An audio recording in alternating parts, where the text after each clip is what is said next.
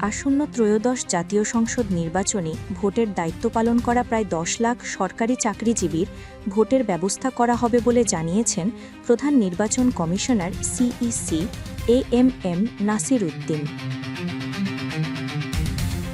আজ সোমবার রাজধানীর আগারগাঁওয়ের নির্বাচন ভবনে সম্মেলন কক্ষে ইলেকট্রনিক মিডিয়ার প্রতিনিধিদের সাথে সংলাপে শুভেচ্ছা বক্তব্যে এ কথা জানান সিইসি।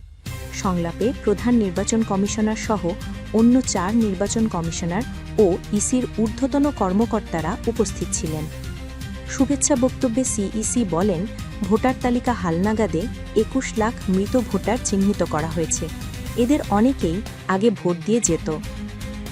এএমএম নাসির উদ্দিন বলেন, নির্বাচন কমিশন জাতির কাছে প্রতিশ্রুতিবদ্ধ সুষ্ঠু ও সুন্দর নির্বাচন আয়োজনে। গণমাধ্যমের সহযোগিতা ছাড়া লেভেল প্লেয়িং ফিল্ড ও নির্বাচনের অনুকূল পরিবেশ তৈরি সম্ভব নয়। এজন্য সকলের সহযোগিতা চাই। এআই-এর অপব্যবহার রোধে ইলেকট্রনিক মিডিয়ার ভূমিকা রাখতে হবে। এছাড়া প্রবাসী নির্বাচনে যারা দায়িত্ব পালন করেন সেসব সরকারি চাকরিজীবীদের ভোটের ব্যবস্থা আমরা করব। প্রায় ১০ লাখ সরকারি চাকরিজীবীকে ভোট